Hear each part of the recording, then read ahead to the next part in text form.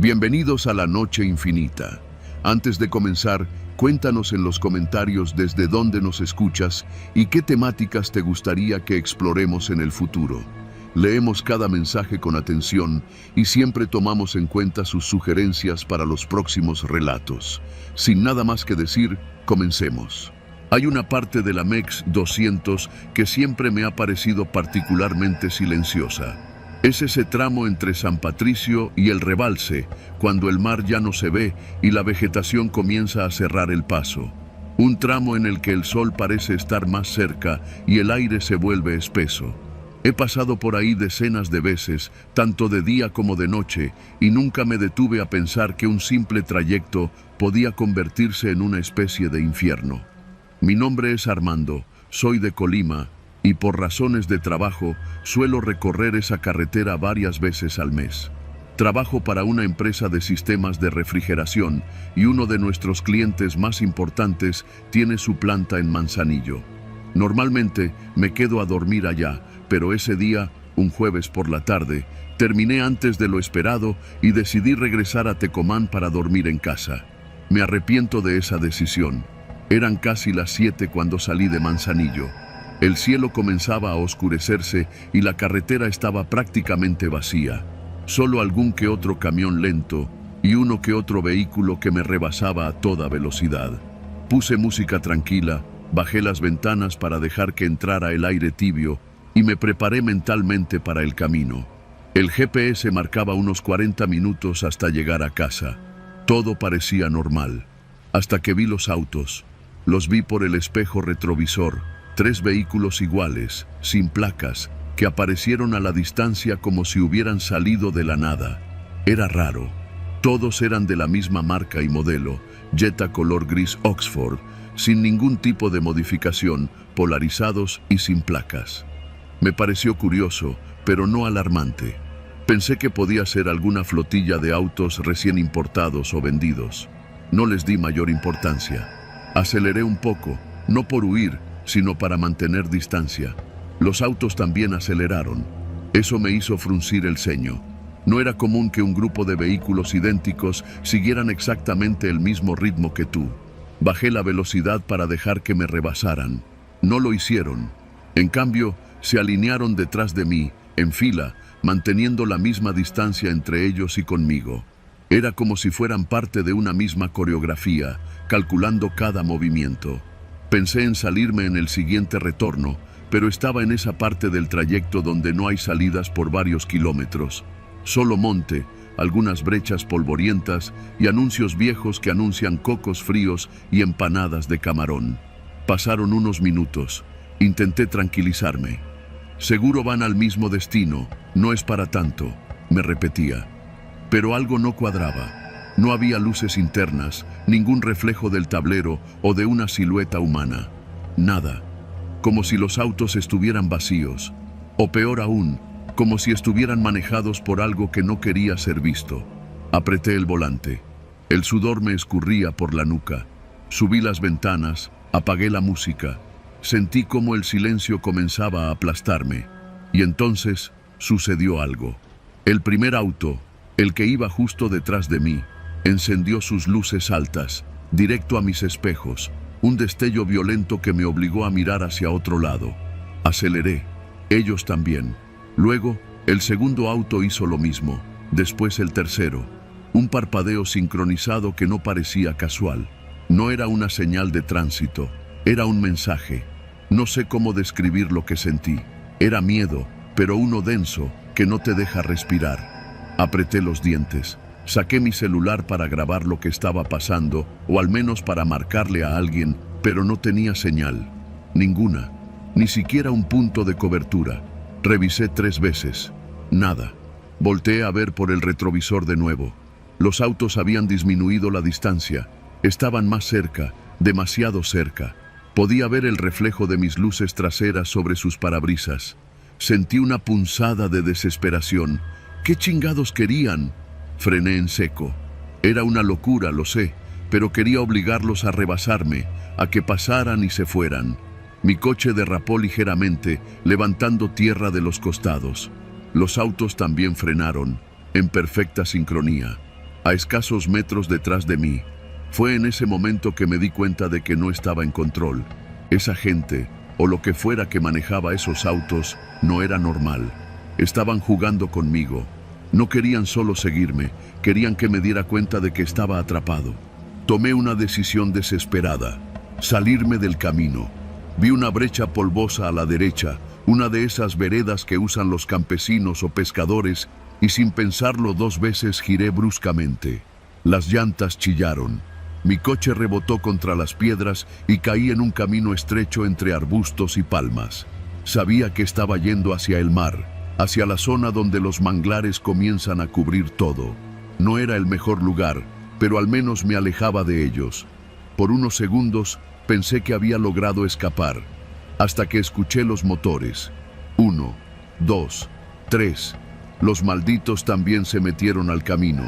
Los Jetta grises seguían ahí, incansables, perfectos. Sus faros cortaban la maleza como cuchillas. Era como si estuvieran conectados, como si fueran parte de una misma mente, una sola intención. Me di cuenta de que no podía escapar por velocidad. Tenía que esconderme. Vi un claro, una pequeña desviación apenas visible entre los arbustos. Apagué las luces y el motor y giré el volante bruscamente para salirme de la brecha. El coche quedó a medio escondido entre la vegetación, inclinado de lado. Me agaché en el asiento, intentando controlar mi respiración. Los 3 autos pasaron lentamente, deslizándose por la brecha como si olfatearan el aire. No frenaban, no aceleraban, solo avanzaban, hasta que el último se detuvo, justo a la altura de donde yo estaba. Contuve el aliento. No podía ver si alguien bajaba. Solo el sonido del motor encendido, el chirrido de la suspensión y el crujido de las llantas sobre la tierra húmeda. Y luego, silencio. Permanecí ahí, inmóvil, durante lo que me parecieron horas, con el estómago encogido, el cuerpo empapado en sudor y el celular aún sin señal. Solo la oscuridad, los ruidos del monte y ese coche detenido a escasos metros, hasta que dio la vuelta y se fue. Me quedé ahí, escondido, hasta que el sol comenzó a aclarar el horizonte. Cuando salí del coche, temblando, todo estaba en calma. La brecha lucía como siempre, y los rastros de llantas se perdían entre la maleza. No había señales de los Jetta, ni de placas, ni de huellas. Nada. Llegué a casa con la cara demacrada, las uñas llenas de tierra y la camisa empapada. No le conté a nadie durante días. Me costaba ponerlo en palabras sin parecer paranoico. Pero no fue paranoia, fue real. Pasaron semanas antes de que pudiera volver a manejar por la MEX 200. A veces veo un coche gris y siento cómo mi cuerpo se tensa. A veces sueño con luces altas que me siguen, sin descanso. Lo que me pasó esa noche no tiene explicación sencilla, pero sé que hay algo o alguien operando en esa carretera. Una caravana que no obedece las leyes del tráfico ni las reglas humanas. No sé si es crimen organizado, trata, contrabando o algo más retorcido. Solo sé que los Jetta sin placas siguen ahí.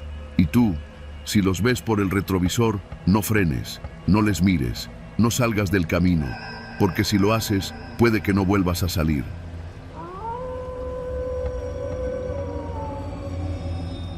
No soy de los que se asustan fácil. He trabajado en seguridad privada, en bodegas, en rutas de transporte nocturno y ahora, desde hace un par de años, manejo un sedán para una empresa de transporte ejecutivo. Me dedico sobre todo a viajes largos, aeropuertos, ciudades intermedias, traslados especiales. Cobro bien y evito los problemas del tráfico citadino. Pero lo que me pasó una noche sobre la MEX 140D, rumbo a Jalapa, fue algo que todavía me cuesta contar sin mirar por el retrovisor. Aquella noche era fresca. Era octubre, pero ya el aire bajaba con un filo húmedo desde las montañas. Había tomado un servicio desde Puebla con destino a Jalapa, un cliente que, por razones laborales, necesitaba llegar pasada la medianoche. Me pagaban por esperar en el destino y regresarme al amanecer, así que acepté. Nada fuera de lo común.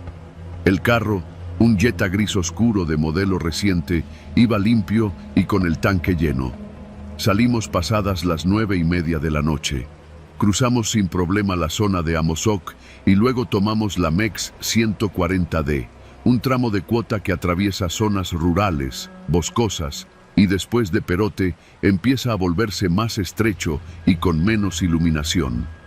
El cliente, un tipo joven, con traje y audífonos, se quedó dormido apenas cruzamos las primeras casetas. No me molestaba. Prefería el silencio. Manejaba a velocidad constante, cuidando no pasar de los 100.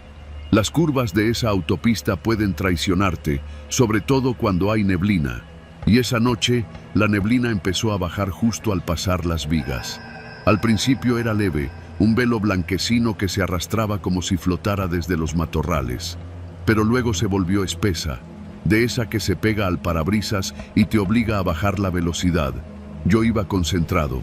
Apenas había tráfico. Un tráiler pasó en sentido contrario y después de eso, solo escuchaba el motor del Jetta y el zumbido tenue de las llantas sobre el asfalto. Fue entonces que ocurrió. El semáforo estaba ahí, en mitad de la nada.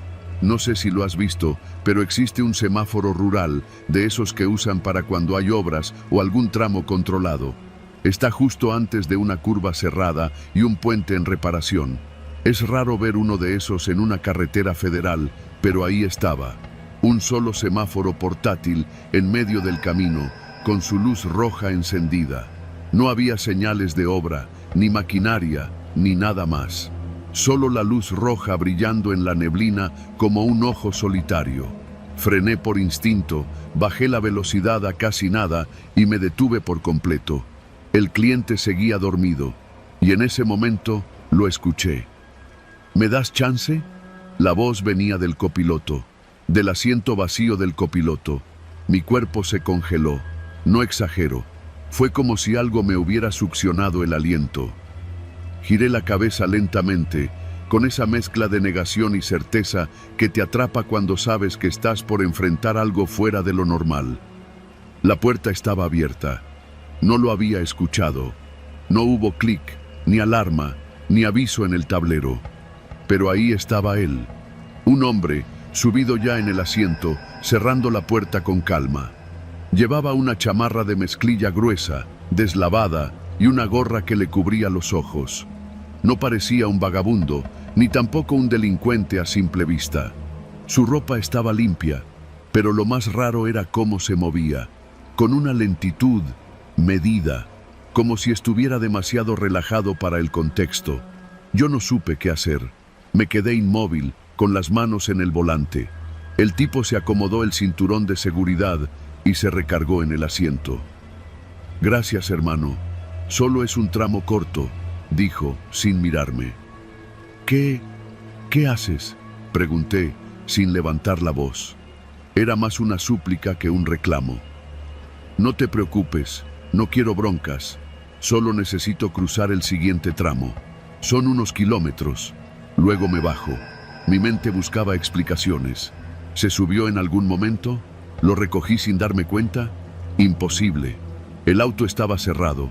El cliente seguía dormido atrás y no había paradas desde el último Oxxo en Perote. Quise decirle que se bajara, que llamaría a la policía, pero no tenía señal, ni una sola barra. Revisé el tablero. El Bluetooth seguía conectado, el GPS seguía marcando ruta, pero el celular, nada. Ni cobertura, ni datos. Solo la hora, 10:42 de la noche. El semáforo seguía en rojo. No te vayas a paniquear, dijo él, con voz tranquila. Tú solo maneja. No traigo arma ni nada. Solo súbele poquito a la música. Extendió la mano y presionó el botón del estéreo. Empezó a sonar un corrido viejo, de esos de Chalino, con estática de fondo. Yo no lo había puesto.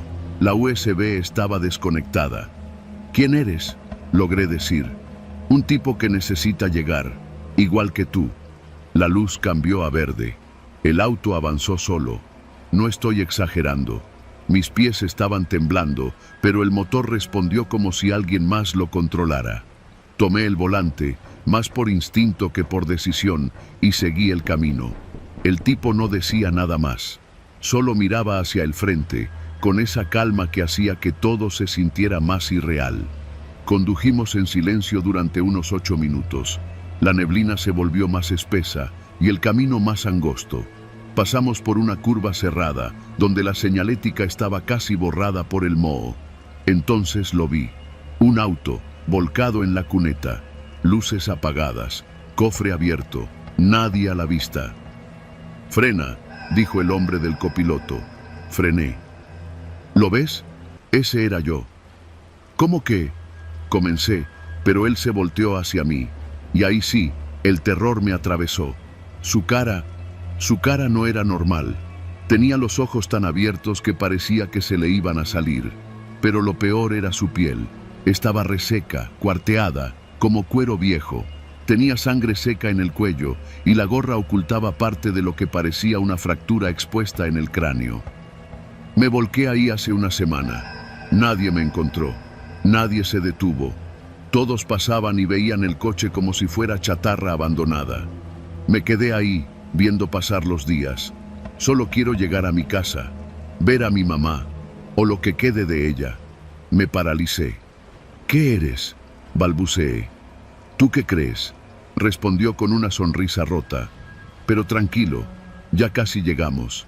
Y entonces desapareció. Así, como si el asiento se hubiera tragado su cuerpo. La puerta del copiloto se abrió. Esta vez sí la escuché. Un clic seco. El auto seguía encendido. El cliente seguía dormido. Volteé hacia atrás, esperando algo. Nada. Solo el sonido del motor y la música distorsionada que todavía seguía sonando. Me detuve unos metros más adelante, bajé del coche y vomité junto a una señal oxidada. La carretera estaba desierta. Y por primera vez en mi vida, supe lo que era sentirme verdaderamente solo. Pero no por la ausencia de personas, sino porque supe que, por unos minutos, había llevado a un muerto, o a lo que quedaba de él. Desde esa noche, no vuelvo a tomar la MEX 140D después de las 9. Y cada vez que me detengo en un semáforo rural, bajo el seguro, apago el estéreo y no miro al asiento del copiloto. Porque no sé si me volverá a pedir chance, y esta vez no sé si podré decirle que no.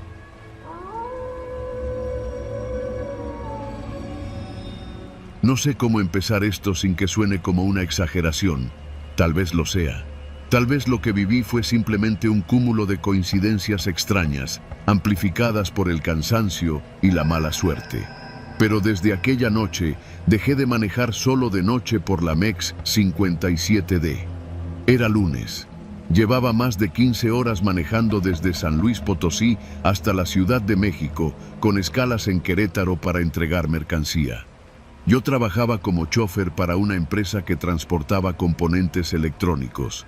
Nada especial, nada de riesgo, solo cajas con cosas caras y frágiles. La MEX 57D era mi ruta habitual, y para quien no la conozca, es una carretera que a ratos se siente infinita. Es recta, monótona, con tramos donde no hay ni una gasolinera en kilómetros. Si te agarra la noche ahí, es mejor tener tanque lleno, comida y nervios firmes. Eran poco más de las 11 cuando pasé por la zona de Polotitlán. El tráfico había bajado, la temperatura era agradable y la música en el estéreo me mantenía despierto. Me sentía bien.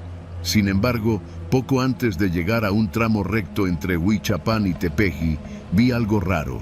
A lo lejos, sobre el acotamiento derecho, se distinguían las luces traseras de un coche detenido. No era extraño. Siempre hay autos descompuestos, gente esperando grúa o descansando. Pero mientras me acercaba, noté que el vehículo tenía el motor encendido. Eso tampoco era raro. Lo que sí lo fue que las puertas estaban abiertas. Las dos. Del conductor y del copiloto. Reducí la velocidad. No por curiosidad, sino porque algo en el ambiente me pidió que lo hiciera. Bajé la música y me acerqué lentamente. Era un sedán oscuro, parecía un Versa o un Aveo, no estoy seguro. Las luces traseras brillaban, pero no se movía. El motor sonaba estable. Me orillé unos metros adelante.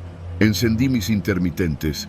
Mi primer impulso fue bajarme a ver si alguien necesitaba ayuda, pero no lo hice. Algo me lo impidió.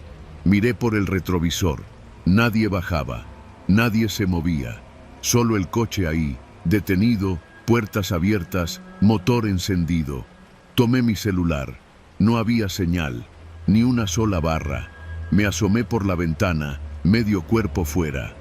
¡Hola!, grité, sintiéndome ridículo. Nada. Pensé que tal vez alguien había tenido una emergencia, que tal vez corrieron al monte por ayuda, que regresaban pronto. Aún así, me bajé. Sí, contra toda lógica. Llevaba una linterna en la guantera. La encendí y caminé despacio hacia el sedán. Los faros delanteros estaban apagados, pero el interior estaba iluminado por el tablero encendido. No había música, solo el zumbido leve del motor funcionando. La primera cosa que me perturbó fue el hecho de que no había señales de forcejeo, ni prisa, ni objetos tirados.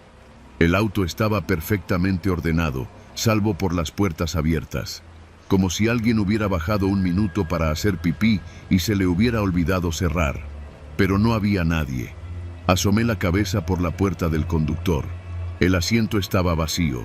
La llave seguía en el switch, el aire acondicionado encendido. El asiento estaba echado hacia atrás, como si el conductor hubiera estado recostado, pero no había rastros de nadie. Del lado del copiloto, lo mismo. Caminé alrededor del coche. Nada. Ninguna pisada en la terracería, ningún reflejo de linterna ajena, solo oscuridad y silencio. Entonces vi lo peor. El asiento trasero estaba completamente vacío, sí, pero sobre el tapete del piso había una mochila pequeña, de esas escolares, rosada, con un llavero de unicornio. No era de adulto, y tampoco parecía abandonada. No tenía polvo. Estaba ahí como recién colocada. Retrocedí. Mi mente se llenó de preguntas. ¿Una familia? ¿Un papá con su hija? ¿Secuestro? ¿Accidente? Pero no había señales de lucha, ni huellas, ni sangre. Me metí a mi camión, puse el seguro en las puertas y apagué la linterna. Durante los siguientes minutos, simplemente estuve ahí, mirando el sedán por los espejos, esperando que alguien regresara, esperando que todo tuviera sentido. Pero nadie vino. A los 15 minutos decidí reportarlo. Tomé el radio satelital de emergencia que llevaba para casos de este tipo, lo conecté, marqué a la línea de apoyo de la Guardia Nacional. Aquí unidad de transporte privado. Hay un vehículo detenido en la MEX 57D, kilómetro aproximado 238. Motor encendido, sin ocupantes a la vista. ¿Está obstruyendo la carretera?, preguntó la operadora. Negativo, está sobre el acotamiento, pero hay indicios extraños. Mochila de niño dentro, puertas abiertas, sin señal de personas. Recibido, unidad en camino. Manténgase a una distancia segura. Colgué. Me quedé ahí, sin apagar mi motor. Me sentía observado. Pasaron otros 15 minutos. Finalmente, un coche de la Guardia Nacional se detuvo. Eran 2 oficiales. Bajaron, me pidieron que me mantuviera en mi cabina. Uno revisó el sedán, el otro me pidió que relatara lo que había visto. Me preguntó si había movido algo, si había visto gente correr. Le respondí que no, solo encontré el auto así. Después de revisar unos minutos, el oficial regresó. ¿Sabe qué es lo más raro?, me dijo, encendiendo un cigarro. El auto no tiene reporte de robo, ni de desaparición. Es de un señor de Celaya, pero cuando marcamos al número de contacto, suena dentro del carro. Me señaló el asiento. Ahí estaba el celular. ¿Y la mochila?, pregunté. Vacía. Ni un papel, ni un lápiz. Me dijeron que me podía ir, que ellos se quedarían esperando una grúa. Arranqué y me fui, pero no pude dejarlo atrás. Durante los siguientes días, busqué noticias. Revisé periódicos, noticieros, redes sociales. Nada. Ni reporte de personas desaparecidas en esa zona, ni seguimiento. El auto apareció y luego, como si nada, fue retirado. 2 semanas después, recibí una llamada extraña. Era un número oculto. Al contestar, no dijeron nada. Solo se escuchaba el mismo zumbido del motor que había escuchado esa noche. Y luego, una voz infantil susurrando algo que no logré entender. Corté, bloqueé, cambié de número. Desde entonces, cada vez que paso por ese tramo de la MEX 57D, bajo la velocidad. Y no por precaución, sino porque, durante unos segundos, vuelvo a ver ese sedán detenido con las luces traseras encendidas y la mochila rosa en el asiento trasero, solo que ahora la puerta está cerrada y alguien desde dentro parece mirarme pasar.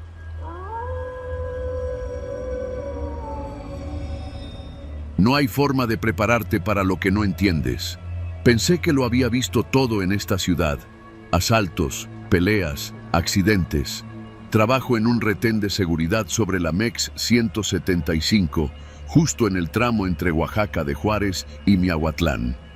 Son turnos largos, cansados, con calor de día y frío de madrugada, pero lo peor no es el clima, es lo que ves cuando crees que nadie te está mirando. Eran casi las 3 de la mañana cuando lo vi. Mi compañero Toño dormía en la patrulla, roncando con la boca abierta, y yo estaba tomando café tibio en un vaso de unicel, parado frente al camino, con una linterna en la mano. Apenas pasaban autos a esa hora. Todo estaba en silencio, salvo por el zumbido lejano de los grillos y los árboles mecidos por el viento. Entonces salió de entre los árboles un hombre. Caminaba por el acotamiento, descalzo, con un pantalón de mezclilla lleno de tierra y una camisa blanca abierta del cuello, empapada de sudor. Tenía la mirada fija en el suelo y en los brazos cargaba a un niño dormido. Lo vi venir desde unos 50 metros. Caminaba lento, como si las piernas ya no le respondieran bien. Levanté la linterna para verlo mejor y en cuanto sintió la luz, levantó la vista hacia mí. «¡Oficial!», gritó con voz ronca, desesperada. «¡Por favor, ayúdeme!». No reaccioné de inmediato. El susto me dejó estático por un segundo. Cuando llegó hasta donde yo estaba, jadeaba. Tenía el rostro cortado por varias ramas y una mancha de sangre seca en la frente. El niño no se movía, pero respiraba. Se notaba por el movimiento tenue de su pecho. «¿Qué pasó? ¿Dónde están sus zapatos?», pregunté, ya con el radio en la mano. «Nos bajaron del camión», dijo. «Nos bajaron a la fuerza». «¿Quiénes?». «No sé, no los vi bien. Eran hombres, con armas. Nos hicieron caminar al monte. Uno de ellos dijo que era una revisión de migración, pero no era eso». Me hablaba con voz quebrada y los ojos se le llenaban de lágrimas cada vez que miraba al niño.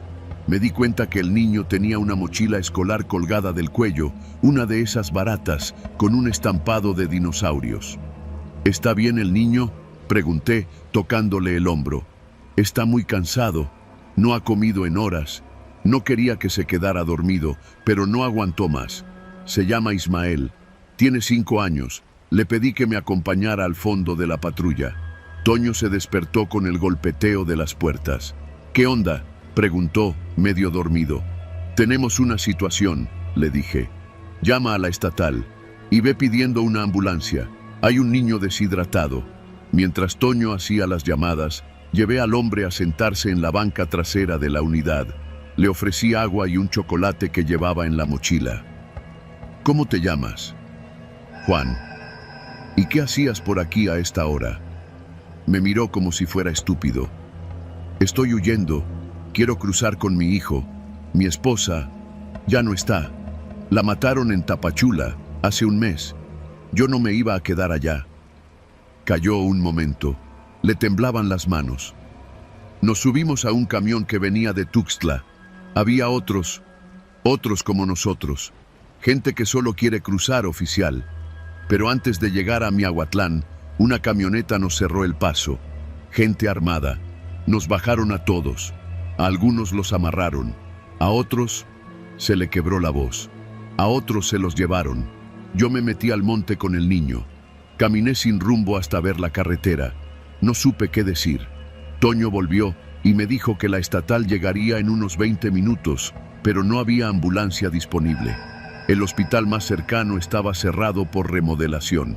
Lo más rápido sería llevarlos nosotros. «¿Qué quieres hacer?», me preguntó en voz baja. «¿Lo subimos?». Asentí. Mientras Toño acomodaba los asientos, me quedé con Juan. Algo me tenía incómodo. No sé si fue su mirada o que no dejaba de repetir una frase sin sentido, como un susurro. No debí dejarlo, no debí soltarlo. ¿Cómo? Mi hijo. Lo solté en el monte cuando me caí, pero lo volví a encontrar. Estaba dormido, igual que ahora. Le eché un vistazo al niño. Seguía igual, respirando pero inmóvil. Una gota de sudor le resbalaba por la frente a pesar del frío. Tenía unas pequeñas manchas negras en las manos. Pensé que era tierra, pero no olía a tierra. Era un olor más fuerte, más metálico. Lo llevamos en la patrulla. Yo manejaba. Juan iba en la parte trasera, abrazando al niño con una desesperación silenciosa. Cada cierto tiempo me pedía que me apurara, que no sabía cuánto más iba a resistir, que si pasaba algo, que por favor lo ayudara a enterrarlo. Toño me miró. ¿Tú también lo estás sintiendo? ¿Qué? Ese olor, ese frío. Es como si ese niño estuviera muerto. Quise callarlo. No era momento para suposiciones, pero Toño no era alguien fácil de callar. Ese niño no se mueve. No ha abierto los ojos ni una sola vez. ¿Y viste las manchas? Llegamos a la clínica rural de San José del Pacífico, una especie de centro improvisado con 2 camas y un solo médico de guardia. Cuando entramos con Juan, la enfermera nos miró extrañada. ¿Qué tiene el niño? Está inconsciente, posiblemente deshidratado, pero cuando ella se acercó, retrocedió al instante. ¿Qué es ese olor? Yo también lo olí. No era sudor, no era sangre, era algo rancio, como un animal muerto, pero no venía del padre, venía del niño. El médico llegó, lo revisó, revisó el pulso, revisó los ojos, sacudió la cabeza y se puso los guantes. Llévense al padre afuera, esto puede ser delicado. Juan no quería soltarlo, gritaba, lloraba, pero entre Toño y yo lo sacamos. El niño quedó sobre la camilla. Está vivo, no lo toquen, es mi hijo. Los gritos se escuchaban desde el pasillo. Estuvimos afuera unos 10 minutos, nadie nos decía nada.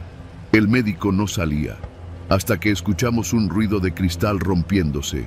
Corrimos de vuelta, y allí estaba, la camilla vacía, una ventana rota, y una sola cosa en el suelo, la mochila del niño, abierta, vacía. El médico estaba inconsciente, con un golpe en la cabeza. Había sangre en la pared, pero no señales de pelea. Solo marcas negras en el piso, como las que había visto en las manos del niño, como si hubieran arrastrado alquitrán por el suelo. Llamamos a refuerzos, buscamos por todo el perímetro.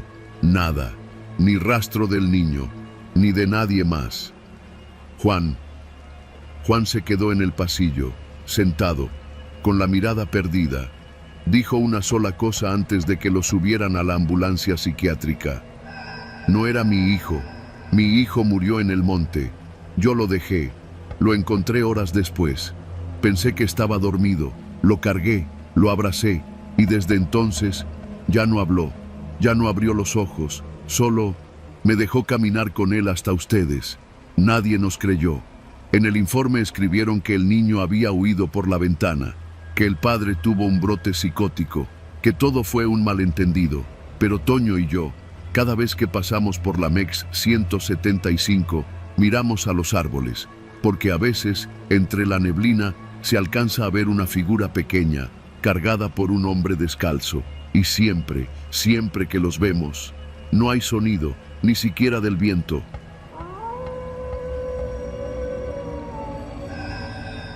Mi nombre es Octavio. Trabajo para una empresa de control de calidad industrial en Saltillo, Coahuila, y desde hace más de 10 años he hecho el mismo recorrido una y otra vez, desde San Luis Potosí hasta la planta en Ramos Arizpe, cruzando la MEX 57. La mayoría de las veces viajo de madrugada, justo antes del amanecer. Me gusta la carretera vacía, el aire fresco, el silencio de los cerros. No hay mejor momento para manejar que ese, cuando todo el mundo sigue dormido y el horizonte apenas empieza a pintarse de rojo. Aquella mañana salí de casa alrededor de las 4:30. Mi esposa seguía dormida. Le dejé una nota y bajé las escaleras con la mochila y mi termo de café. Mi coche, un Jetta blanco del 2015, ya me conocía de memoria. Ni música, ni radio, solo el sonido constante del motor y el golpeteo leve de los baches. Llené el tanque en una gasolinera al sur de la ciudad, pasé un Oxxo por si se me antojaba algo más y me lancé a la carretera. La MEX 57 es una ruta larga, cansada, a veces monótona, pero yo ya me sé sus curvas, sus topes invisibles, sus tramos eternamente en reparación. A esas horas no hay casi tráfico, tal vez uno que otro tráiler, un taxi de ruta foránea, algún Uber perdido. Todo transcurría como siempre. El cielo comenzaba a aclararse y yo tenía al menos 4 horas por delante antes de llegar a la planta. Pero algo fue distinto ese día. Lo noté al pasar el kilómetro 134, justo antes de la desviación hacia Matehuala. Vi una moto retrovisor derecho, lejos todavía, apenas un punto oscuro contra la luz tenue del amanecer. No le di importancia. En esa carretera es común ver motociclistas, especialmente grupos que bajan de Monterrey rumbo a Querétaro o al sur del país. Lo raro fue que poco a poco comenzaron a aparecer más. Primero una, luego otra.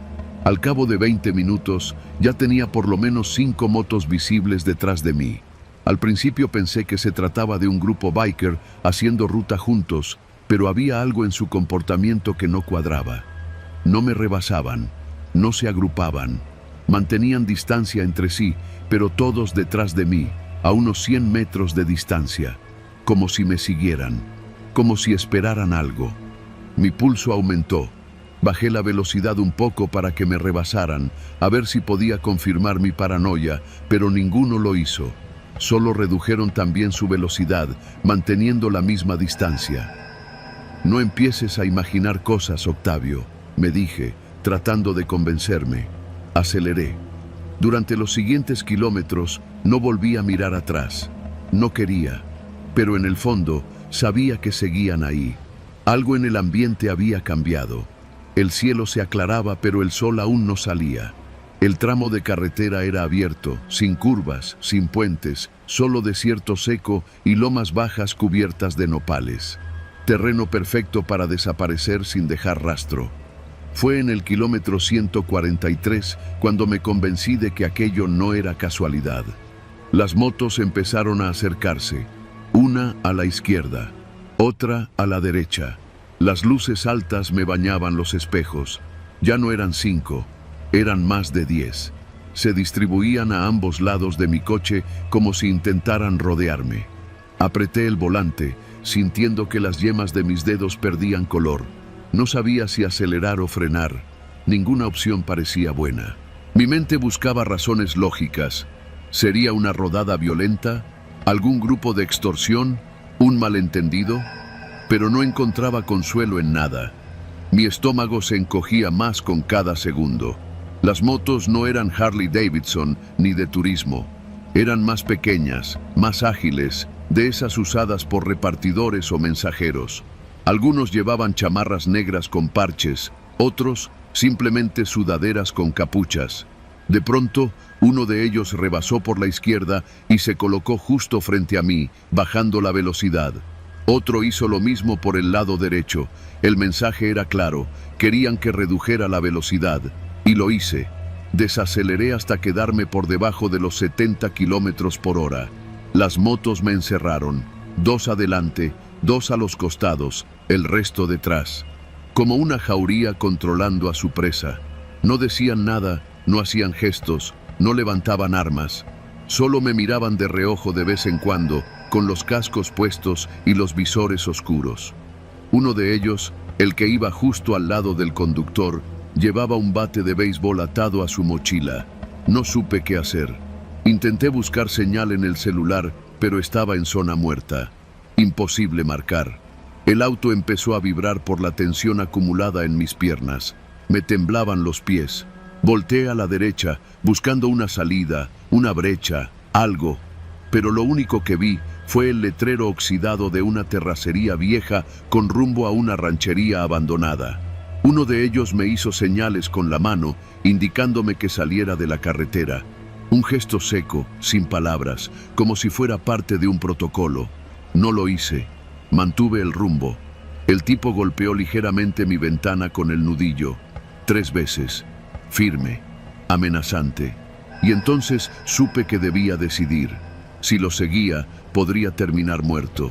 Si me resistía, tal vez también. Pero dentro de mí, algo gritaba: no lo sigas. Aceleré de golpe. El motor chilló. El coche vibró con fuerza. Las motos de adelante intentaron cerrarme el paso, pero di un volantazo hacia el acotamiento y logré rebasarlos por la derecha. Sentí que las llantas traseras perdían agarre, pero el coche respondió. Me lancé hacia el tramo más despejado de la recta. Las motos aceleraron detrás de mí como una plaga ruidosa. La persecución duró unos 8 kilómetros. Fue la parte más larga de mi vida. El velocímetro marcaba 120, 140. Las motos se acercaban. Una se emparejó y golpeó mi retrovisor con el bat. Se quebró en pedazos. Otro intentó rebasarme por el lado izquierdo, pero lo cerré con un movimiento seco. No podía dejar que me alcanzaran. Fue entonces cuando lo vi. Un retén federal a lo lejos, montado por la Guardia Nacional. Nunca había sentido tanto alivio en mi vida. Toqué el claxon como loco. Hice luces con los faros. Aceleré con lo poco que me quedaba. Los guardias reaccionaron. Se pusieron en posición. Los motociclistas frenaron de golpe. En un instante, todo cambió. Como si nada hubiera pasado, las motos se dispersaron en distintas direcciones, saliéndose del camino, metiéndose entre brechas, despareciendo como ratas al encender la luz. Yo llegué al retén frenando de golpe. Me bajé temblando. Apenas podía hablar. Uno de los guardias me miró con cara de confusión. Le conté lo que había pasado. Me pidió detalles, descripción, placas. No tenía nada. Ninguna moto tenía matrícula visible. Ninguno de los rostros era distinguible. Solo recordaba el sonido de los motores, el bat en la mochila y el gesto de aquel que me indicó salirme. Los guardias dijeron que no era la primera vez que pasaba algo así, que ya habían recibido reportes, pero que nadie lograba capturarlos, que no sabían si eran ladrones, halcones, traficantes o simplemente un grupo de locos con poder sobre ese tramo maldito de la MEX 57. Me escoltaron hasta un parador unos kilómetros más adelante. Ahí me detuve, todavía en shock. Me senté en la parte trasera del coche y vomité todo el café de la mañana. Estuve casi 1 hora sin moverme. Llamé a mi esposa. No le conté todo. Solo dije que había tenido un susto, que iba a tardar más en llegar. A la planta llegué pasadas las 9. Nadie notó nada. Nadie pregunta mucho cuando maneja solo por carretera. Desde ese día ya no viajo de madrugada. Si no puedo ir de día, simplemente no voy. El trabajo no vale más que mi vida. Y cada vez que alguien menciona motos en carretera, me recorre algo que no puedo explicar. Un eco de llantas en mi cabeza, como un zumbido constante, como si me siguieran todavía, en la memoria, en fila, en silencio, esperando que vuelva.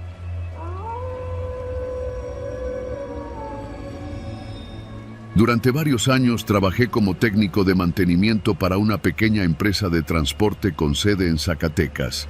Mi chamba era revisar las unidades que llevaban carga hacia el norte y el Bajío, diésel, aceite, frenos, sensores, todo. Pero no era lo único que hacía. Cuando alguna unidad quedaba varada por ahí, a medio camino, yo era el primero en subirme a la camioneta y lanzarme a la carretera a arreglar lo que se pudiera. Era parte del contrato. Uno pensaría que lo más peligroso de manejar en la MEX 51 sería el sueño, los animales en la noche o los asaltos en la zona de Fresnillo. Pero lo que me pasó en julio del año pasado no fue nada de eso. Fue otra cosa. Algo que sigue pasando, pero que nadie quiere ver. Aquel día me tocó ir hasta Villa de Cos. Una de nuestras unidades, un tractocamión de doble remolque, se había quedado parado a medio camino con el motor muerto. Me dieron las coordenadas, cargué herramientas y salí directo desde Guadalupe. El sol caía con todo. Eran más o menos las 3 de la tarde. Cuando llegué al punto, El operador del tráiler, un muchacho nuevo llamado Julián, estaba sentado a la sombra del remolque, con cara de susto. No le hace ni el intento, jefe. Se apagó como si le hubieran jalado el switch. Me dijo apenas bajé de la troca. Me puse a revisar el motor. Todo parecía normal. Batería cargada, conexiones bien, no había señales de sobrecalentamiento. Lo escaneé con el lector de diagnóstico y me arrojó un código raro, uno que pocas veces había visto: presión de combustible inconsistente. Para no hacerlo largo, parecía como si el motor no estuviera recibiendo gasolina suficiente o como si la bomba se hubiera tragado aire. ¿Dónde cargaste la última vez?, le pregunté a Julián. Se levantó de inmediato, nervioso. En una gasolinera antes de pasar Trancoso, una que está solita del lado derecho. Tiene techo blanco y una tiendita chiquita a un lado. Está bien barata. El litro a 18 pesos. ¿Y cuánto metiste? Llené el tanque, jefe. Más de 500 litros. Me quedé helado. Esa gasolinera la conocía bien. Había oído chismes entre otros operadores de que vendía combustible raro. No de ese rebajado con agua, sino algo peor.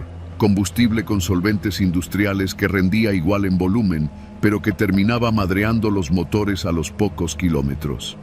Intenté purgar el sistema, pero el diésel salía turbio, con un tono más claro de lo normal y un olor más fuerte, como a thinner. Ahí supe que el motor estaba, si no muerto, al borde del colapso. Tuve que remolcarlo con la grúa de la empresa. Mientras regresábamos, Julián iba blanco. ¿Y ahora qué va a pasar? ¿Me van a correr? Tú hiciste lo que cualquiera haría con ese precio. El problema es que esa gasolinera tiene años haciendo esto y nadie le dice nada. ¿No se puede denunciar? ¿A quién, mijo? ¿A la Guardia Nacional? ¿A la Profeco? ¿Tú crees que no saben? Ahí quedó. Pero eso fue solo el principio. 2 semanas después, me llamaron de nuevo. Otro operador, mismo problema. Se le apagó el motor después de cargar en La Barata.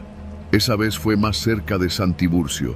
Mismo síntoma, mismo combustible turbio, mismo olor. Y después otro, y otro más. La coincidencia era imposible de ignorar. El patrón era claro. Todos los motores se apagaban entre 20 y 30 kilómetros después de cargar ahí. Siempre igual. A veces solo se detenían. A veces los inyectores quedaban obstruidos para siempre. Un motor hasta se incendió cuando uno de los químicos que traía esa gasolina adulterada provocó una chispa. Empecé a documentar los casos. Hacía fotos de los sedimentos, del color del combustible, de los residuos que quedaban en los filtros. Anotaba los kilómetros exactos en los que se detenían. Incluso grabé un video donde se veía cómo el combustible recién cargado se separaba en fases, como si fuera aceite con agua. Se lo mostré a mi jefe, pero me dijo que lo dejara, que no me metiera en broncas, que si la empresa decidía dejar de cargar ahí, sería bajo sus términos, no por mis conspiraciones. Así que lo dejé, por un tiempo, hasta que le pasó a mi primo Saúl. Él manejaba una camioneta con caja seca, hacía entregas de refacciones automotrices. No trabajaba con nosotros, pero me pidió que lo ayudara a instalar un nuevo sistema de monitoreo de gasolina porque decía que su unidad tragaba de más. A la semana me marcó desde la carretera, cerca de Pánfilo Natera. Estaba varado, mismo síntoma. Cargué en esa pinche gasolinera que me dijiste que evitara, me dijo con voz temblorosa. Pero es que no traía ni 20 pesos y ahí sí aceptan transferencias sin mínimo. Me la jugué. Cuando llegué con él, vi su cara. No era susto, era coraje. Su jefe no quería pagar la reparación y él iba a tener que comerse el gasto. En ese momento lo decidimos. Juntos, íbamos a grabar todo. Volvimos a esa gasolinera un día por la tarde, con una camioneta prestada, una cámara GoPro oculta en el tablero y un recipiente en el tanque para recolectar una muestra directa. Fingimos ser repartidores nuevos, echamos 500 pesos y arrancamos. A los 25 kilómetros exactos, el motor empezó a ahogarse. Lo grabamos todo, el humo, el motor fallando, la cámara de combustión fallando. Luego vaciamos el tanque, tomamos muestras, las mandamos a analizar a un laboratorio de mecánicos conocidos. Los resultados fueron escandalosos. Altos niveles de solvente industrial, trazas de acetona y compuestos de metanol prohibidos para uso automotriz. Saúl subió el video a un grupo de transportistas en Facebook. En menos de 3 días tenía miles de vistas. Varios comentaron lo mismo. Sus vehículos se apagaron luego de cargar ahí. Algunos incluso empezaron a compartir fotos de tickets con coordenadas y videos similares. Pensamos que eso lo cerraría, pero no pasó nada. 2 semanas después, uno de los que había denunciado apareció muerto en un supuesto accidente. Su tráiler se incendió en la misma zona donde él había grabado un video que ya no está en línea. Otro más fue golpeado en una gasolinera distinta, en Fresnillo. Lo dejaron con el tabique nasal roto y sin celular. A mí me buscaron unos tipos en la central de abasto donde tenía el taller. Me preguntaron con tono amenazante si yo era el geniecillo que se creía experto en gasolina. Dije que no, que solo arreglaba sistemas eléctricos. Se fueron, pero entendí el mensaje. Cerré el canal, borré los videos, ayudé a mi primo a conseguir otro empleo fuera del estado. Hoy, cuando manejo por la MEX 51, evito esa estación a toda costa. Me doy la vuelta si es necesario. Llevo un bidón extra en la caja. Y si alguien me pregunta por qué, les digo lo mismo que le dije a Julián aquella vez. Porque no vale la pena quedarte varado donde nadie va a ayudarte, donde todo se ve normal, pero si miras más de cerca, huele a algo podrido, a algo que no es gasolina, ni diésel, ni nada legal.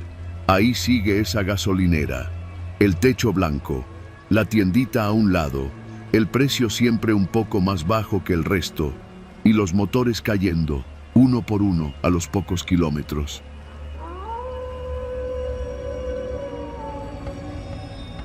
Nunca pensé que algo tan simple como una reunión de trabajo pudiera convertirse en la peor noche de mi vida.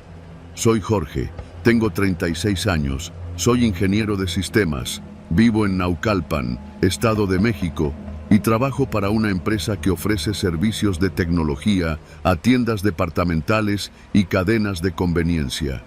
No soy el tipo de persona que anda metiéndose en problemas. Me gusta mantenerme al margen, ir al trabajo, regresar a casa, ver partidos y dormir tranquilo. Todo comenzó una tarde de jueves.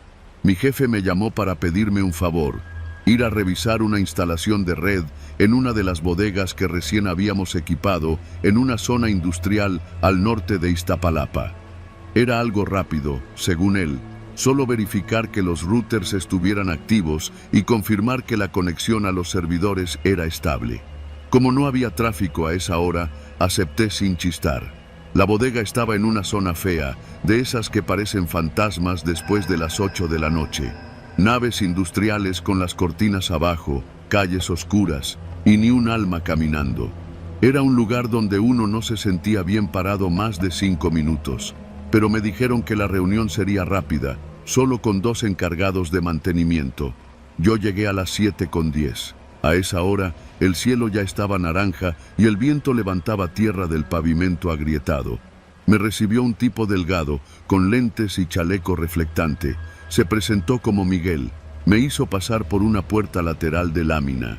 Dentro de la bodega, todo estaba en penumbra. Solo un par de luces blancas colgaban de los tubos del techo y tintineaban como si fueran velas. No había señal en el celular, ni una rayita.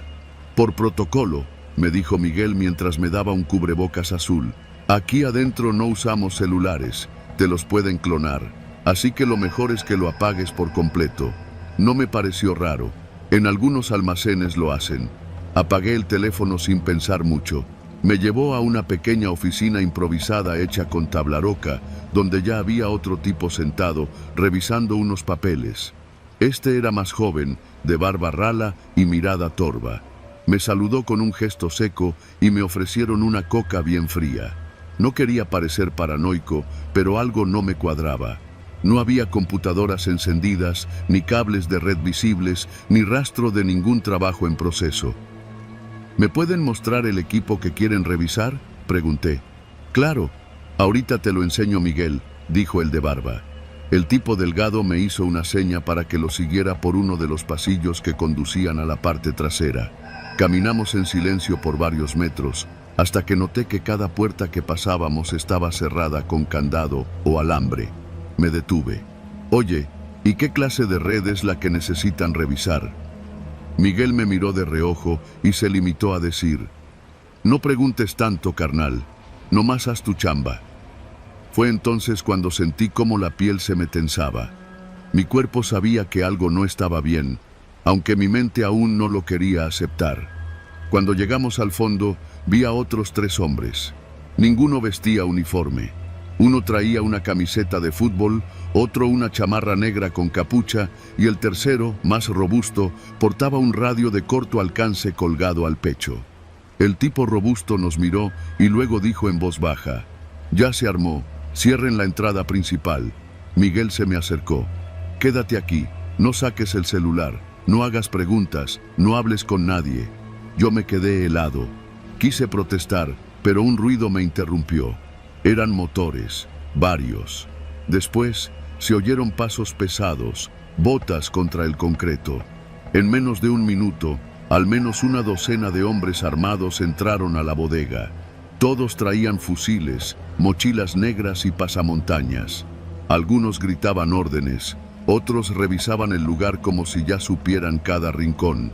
Un par de ellos tenía acentos norteños, otros usaban modismos de la sierra. Se notaba que no eran improvisados. «¡Apaguen todos los celulares!», gritó uno de ellos desde el centro de la bodega. Nada de fotos, nada de llamadas. Yo intenté no mirar, no reaccionar.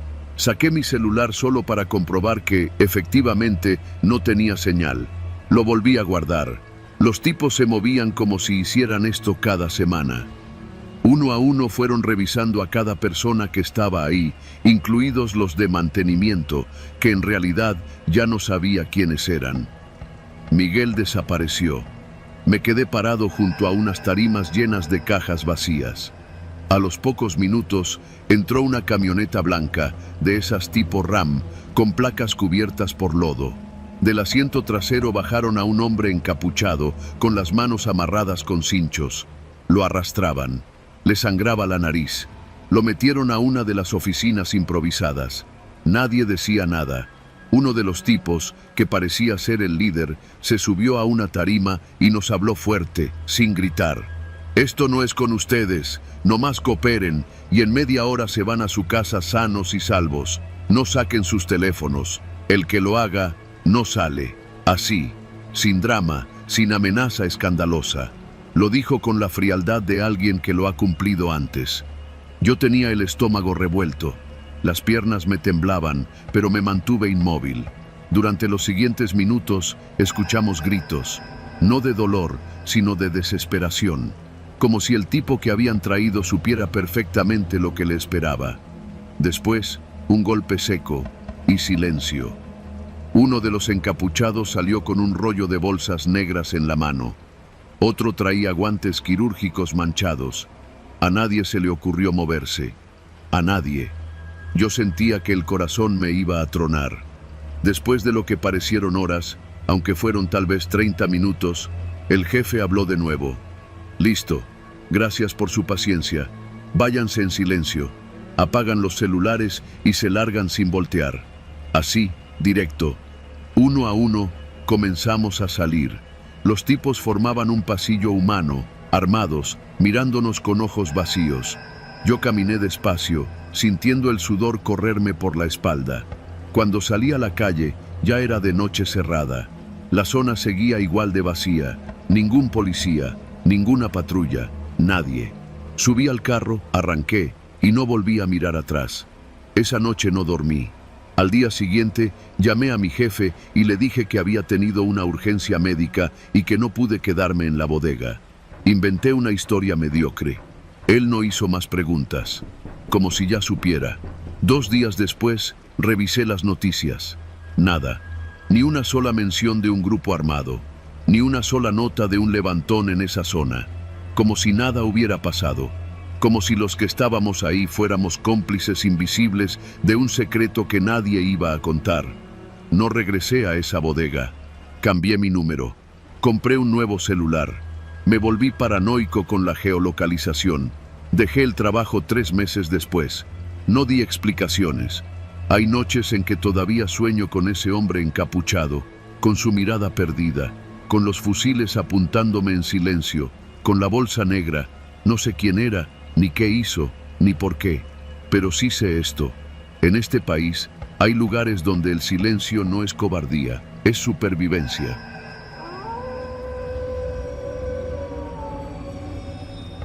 Trabajo como repartidor de refacciones automotrices para una empresa de autopartes en León, Guanajuato.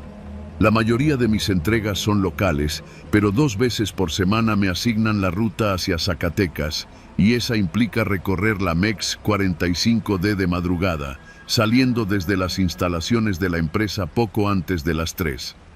Los que trabajamos de noche lo sabemos.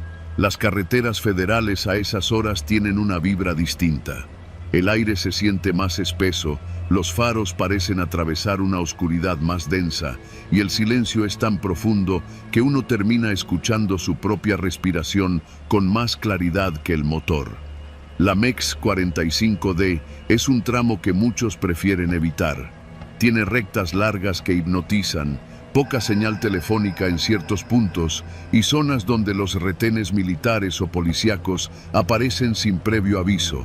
Pero lo que de verdad incomoda no es eso. Es la sensación de que, en algunos tramos, uno no está solo, aunque no haya nadie más en kilómetros a la redonda. Lo que me pasó una madrugada de marzo no tiene nada de fantasmas, ni luces extrañas, ni leyendas rurales. Pero me dejó tan marcado que todavía, al tomar el volante rumbo a Zacatecas, reviso 2 veces el retrovisor y desconfío de cualquier vehículo que se me acerque demasiado.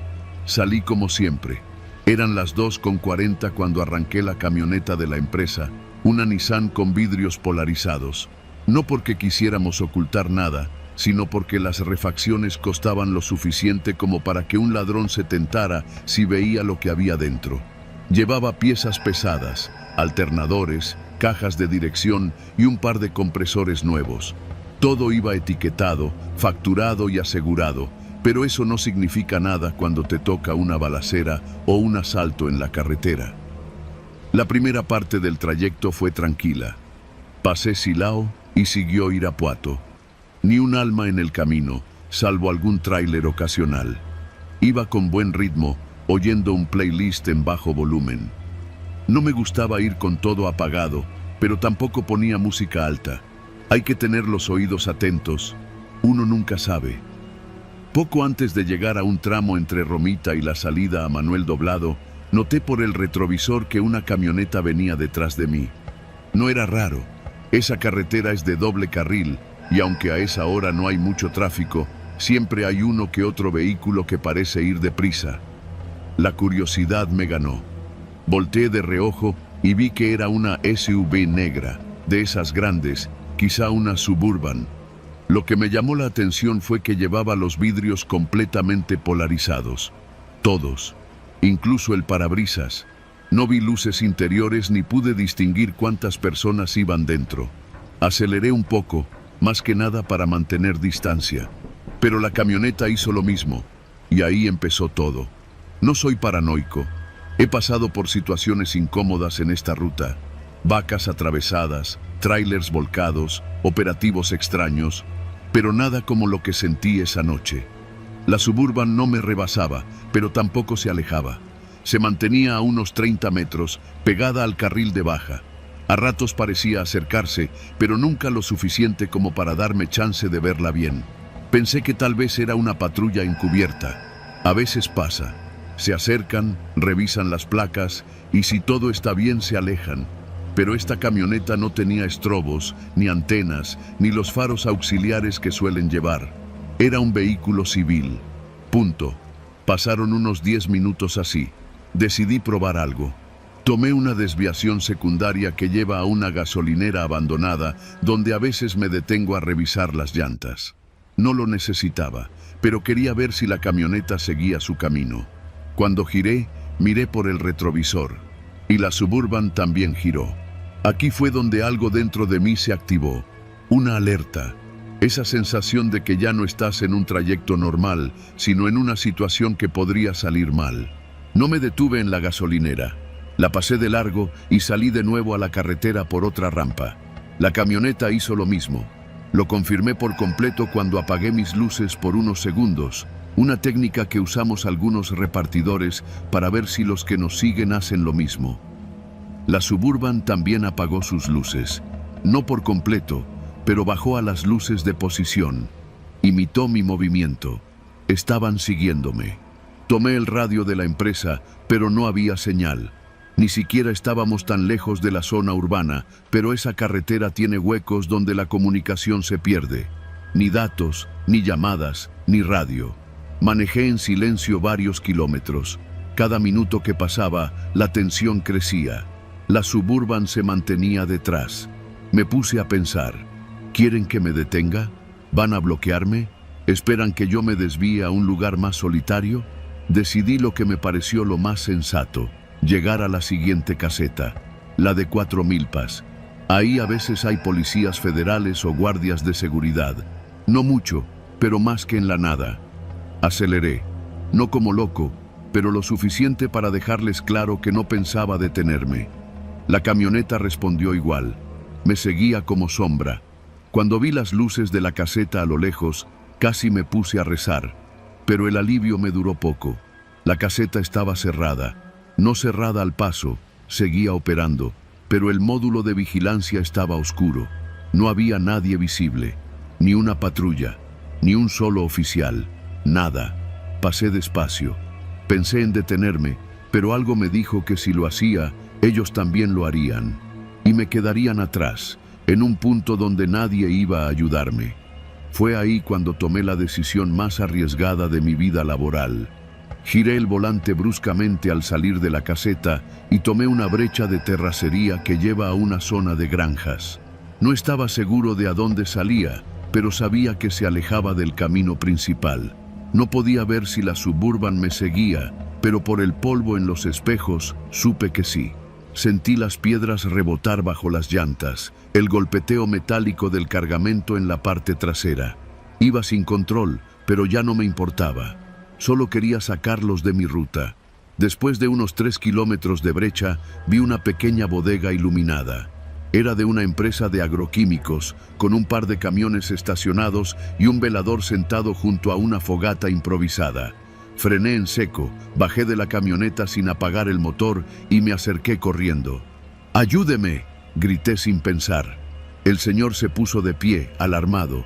Me vienen siguiendo desde la carretera. No sé quiénes son, pero no se van.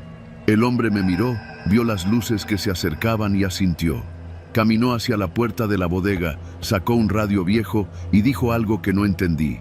Luego, con voz tranquila, me dijo: «Métete a la sombra del tráiler, ahora vienen los demás». La Suburban apareció, se detuvo frente a la entrada y se quedó inmóvil unos segundos. Después, se dio la vuelta y se fue por donde había venido. Nunca supe quiénes eran. Narcos, policías corruptos, ladrones. Tal vez solo alguien con malas intenciones, esperando el momento adecuado. Pero algo les incomodó. Tal vez vieron la fogata. Tal vez supieron que ya no estaba solo. Me quedé en esa bodega hasta que amaneció. El velador me ofreció café. No me preguntó nada.